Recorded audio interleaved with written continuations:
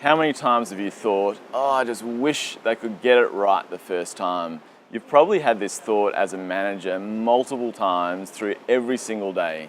You can imagine the scenario where someone brings to you a report. You're reading through it and you're thinking, this is not what I asked for. This is not the kind of report, not the kind of detail that I asked for at all or that I was expecting.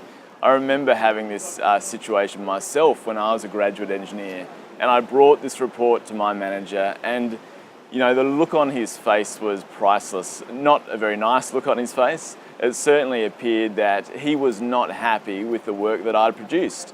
I thought I was meeting his expectations, but I was not at all.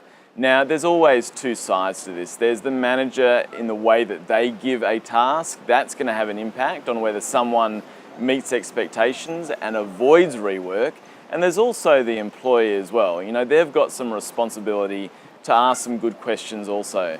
But what we're going to focus on right here is on the manager, on you, how you can help to ensure that there is no rework, that when someone brings you that report, they're getting it right first time. That's what we really want to achieve. So one thing to do, instead of simply handing over a task and saying, okay, here's what you've got to do, give it back to me by 5 p.m. on Friday. Think first about the individual that you're giving this to. Think about their level of experience, the number of years they've had doing similar kind of work, the kind of technical experience they've had in various industries, their general level of competence. Think about that first, and that'll give you an understanding as to how much direction you need to give that individual, because it is going to change for every single individual.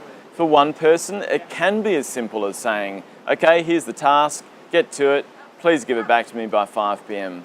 For someone else who's a graduate engineer, they might need a little bit more direction.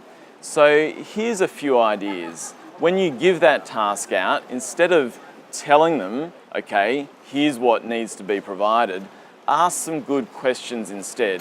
Say something like, tell me about the approach you're going to take in putting this report together.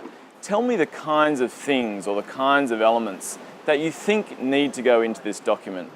And that will then generate a great conversation and will help you understand whether this individual has truly understood your expectations. Another question you might ask is, okay, what do you think this final product is going to look like? What do you imagine it's going to look and feel like at the end of the day?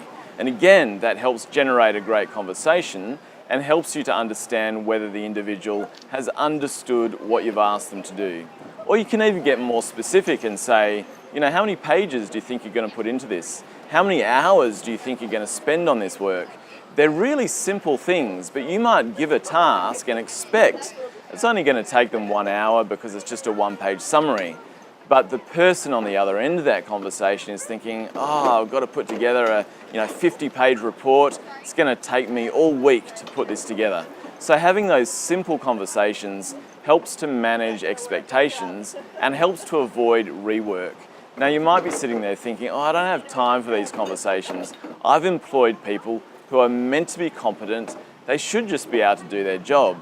But the reality is there's always miscommunication of expectations, or at least the potential for that. And remember, even though this can take extra time, might add an extra 15 minutes even of conversation time to giving this task out, it could save hours and hours of potential rework. And that's the thing to consider. Invest a small amount of time now in asking good questions to ensure that expectations are aligned, and that's going to save you hours in rework, and that means a lot of money, a lot more profit in your organization. We've created a template that you can download from the website, and the template outlines a range of different questions that you can ask any individual to help have good and effective conversations to reduce rework. We've created a training course called Lead Effective Engineering Teams. And through that course, specifically in Module 1, we talk more about rework and some other solutions to help you manage that and reduce rework.